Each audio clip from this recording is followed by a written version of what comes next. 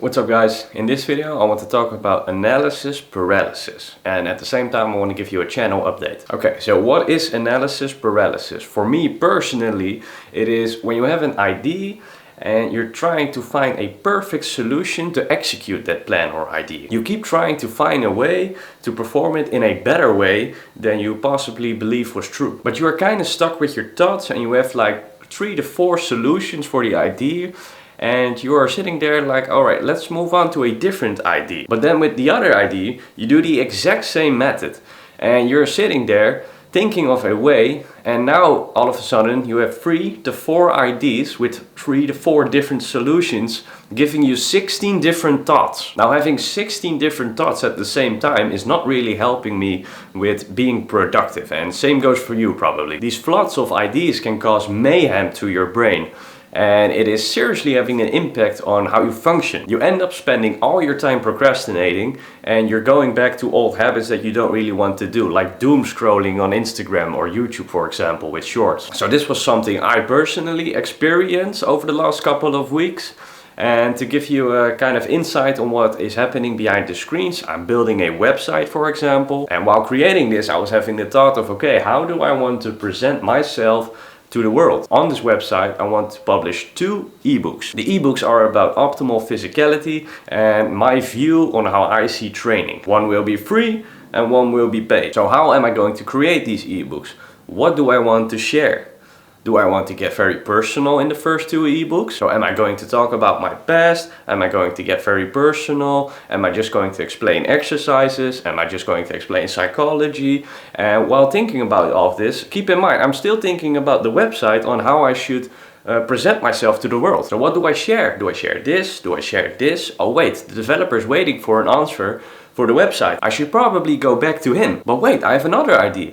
Let's write an actual book that I'm going to publish. Here I can talk about my personal life and everything I want to talk about without limitations. And somewhere between these projects I should also release an online school. I have so many great ideas. You can get like a master PhD in optimal physicality or something like that. Oh wait, I need to write these 2 ebooks so they can actually be presented on my website. Wait, my website. I need my website to be in check. Oh wait, I need to write these 2 ebooks for my website. Wait, my website's not even done. Maybe I should get back to that. Let's also not forget my weekly uploads, because I have a schedule to uphold. The developer is now messaging me. What was I going to present again? Now you see that I have multiple streams of thoughts, and within those thoughts new ideas form, and with those ideas I can get new thoughts. I'll scrap one idea and move on to the next, but maybe I can do the other idea like this, so let's not scrap it. So many thoughts, so many ideas. Beautiful ideas, to be honest with you. But in the meantime, 0 work has been done.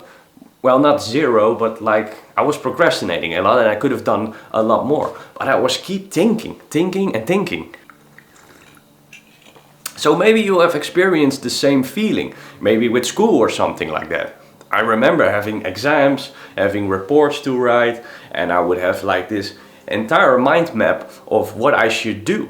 But I was not doing anything. I was procrastinating. Now exactly this is analysis paralysis. It's where you keep analyzing, keep trying to check what you need to do, keep trying to come up with a new plan and not doing anything about them. For me personally, I realized that this way of thinking can feel very productive. You get the feeling of really going somewhere because you're looking in the future and you're doing all these things. But in reality, you're not doing anything. Like I said before, this is a way of procrastinating. We have fear and self-doubt that is holding us back. We are trying to execute something perfectly. What if someone important sees what we are doing? What if we cannot satisfy our ego with the way we handled the situation? What if I need to live with the shame that I'm going to feel if my plan does not exactly work out how I wanted it to work out? Now think about it. Really think about it.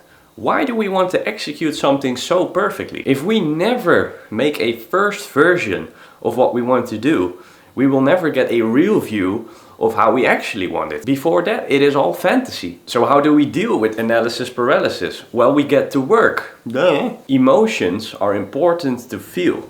They really are. But they should not determine whether we are going to work or not. They should not take the lead when it comes to decision making. We need rationality. Or do I need to do it like this? I don't know. We need rationality. Maybe one of the tasks that we need to do is not as big as it seems.